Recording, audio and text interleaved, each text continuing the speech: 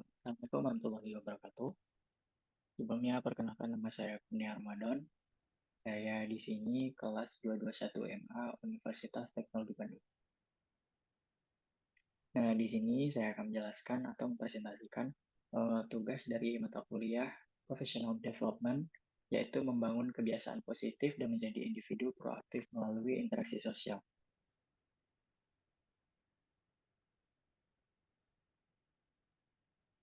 Di sini saya akan menjelaskan tentang latar belakangnya.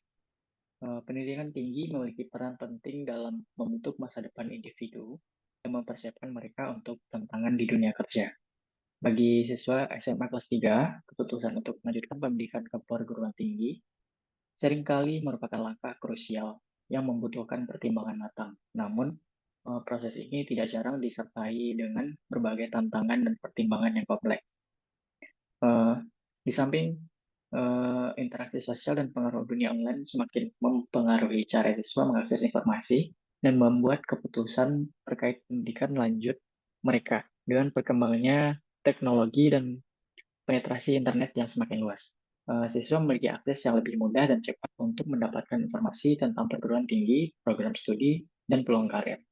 Nah, di samping itu, interaksi sosial dengan keluarga, teman sebaya, dan alumni sekolah juga memiliki peran yang signifikan dalam membentuk pandangan dan keputusan terkait kelanjutan pendidikan mereka.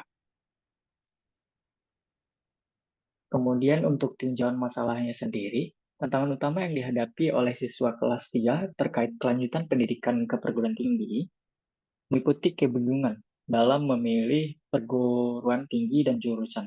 Nah, ketidakpastian tentang reputasi perguruan tingginya, adanya tekanan dari lingkungan sekitar, serta rasa ragu dan kekhawatiran akan masa depan. Kemudian di sini saya telah menggunakan metode analisis, yaitu metode analisis yang saya gunakan dalam laporan ini, yaitu wawancara dengan 5 siswa SMA kelas 3. Nah, wawancara merupakan metode yang efektif untuk mendapatkan pemahaman yang mendalam tentang pandangan, pengalaman, dan persepsi individu terkait suatu topik. Kemudian langkah-langkah dalam metode analisis ini meliputi yang pertama yaitu penentuan responden. Nah, di sini saya memilih 5 siswa SMA kelas 3 sebagai responden wawancaranya. Kemudian responden tersebut dipilih secara acak berdasarkan kriteria tertentu yang relevan dengan topik penelitian saya. Kemudian yang kedua yaitu pengembangan pertanyaan wawancara. Saya wawancara disusun dengan cermat untuk menggali pengalaman tentang permasalahan yang dihadapi, seperti pengaruh dunia online dan dunia nyata dalam pengambilan keputusan mereka, serta pengalaman-pengalaman yang mungkin mempengaruhi pandangan mereka. Kemudian yang ketiga yaitu pelaksanaan wawancara. Nah, wawancara sendiri dilakukan secara langsung dengan setiap responden. Selama wawancara, interviewer atau saya bertanya kepada siswa mengenai pendapat mereka, pengalaman pribadi, serta pandangan mereka terkait pertanyaan yang saya ajukan. Kemudian yang keempat yaitu transkripsi dan analisis data. Hasil yang dari wawancara tersebut saya catat dan kemudian ditranskrip itu kemudian dianalisis. Kemudian yang terakhir yaitu interpretasi hasil. Hasil analisis data digunakan untuk menginterpretasikan temuan dan identifikasi aspek-aspek kunci yang relevan dengan permasalahan yang diteliti. Kemudian di sini ada hasil wawancara yang telah saya lakukan dengan 5 orang siswa. Nah, di sini terlihat siswa pertama yaitu memilih untuk melanjutkan ke jenjang perkuliahan dengan eh, yang saya ajukan pertanyaan itu pertimbangan apa yang memilih perguruan tinggi dan jurusan. Nah, di sini terlihat siswa yang pertama itu masih bingung dengan timbangannya terhadap perguruan tinggi dan jurusan yang dia ingin. Nah, kemudian siswa kedua memilih untuk tidak kuliah dengan alasan lebih tertarik untuk langsung bekerja. Kemudian siswa ketiga memilih untuk melanjutkan kuliah dan timbangannya reputasi perguruan tinggi yang relevansi program studi yang dimiliki. Kemudian siswa keempat terlihat tidak meminati kuliah dengan alasan pendidikan tinggi belum memastikan kita untuk sukses. Kemudian siswa yang kelima yaitu memilih untuk melanjutkan kuliah. Di sini eh, pertimbangan untuk memilih perguruan tinggi dan jurusannya yaitu melakukan dia telah melakukan riset perguruan tinggi dan jurusan yang sesuai dengan potensi dirinya. Nah, kemudian di sini saya menampilkan dokumentasi wawancara yang telah saya lakukan. dengan 5 orang siswa kelas 3 SMA. Kemudian di sini ada hasil analisis, di mana hasil yang pertama yaitu tantangan dalam memilih perguruan tinggi dan jurusan.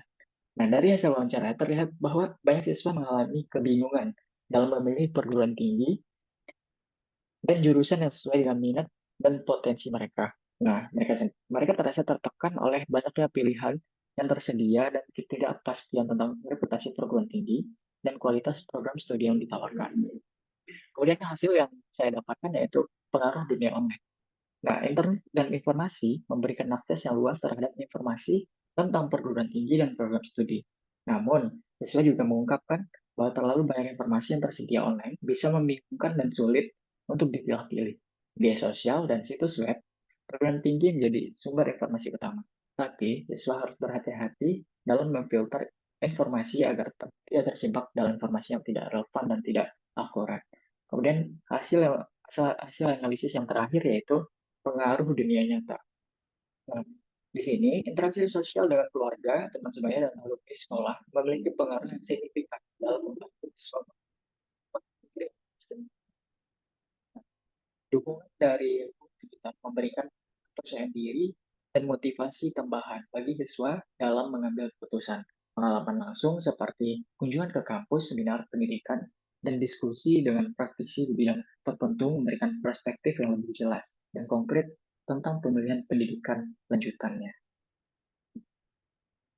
Nah, kemudian di sini saya menarik kesimpulan bahwa berdasarkan hasil analisis wawancara dengan 5 orang siswa itu,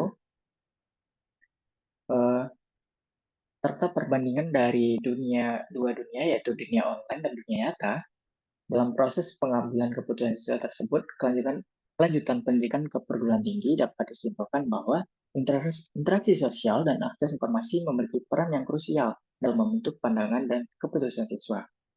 Nah, pentingnya untuk interaksi sosial terlihat dari pengaruh positif, dukungan, dan masukan yang diberikan oleh keluarga, teman sebaya, dan alumni sekolah.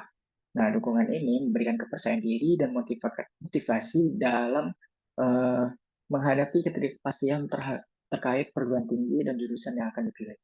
Nah, siswa merasa lebih yakin dengan keputusan mereka ketika didukung oleh lingkungan sekitar yang peduli dan mendukung.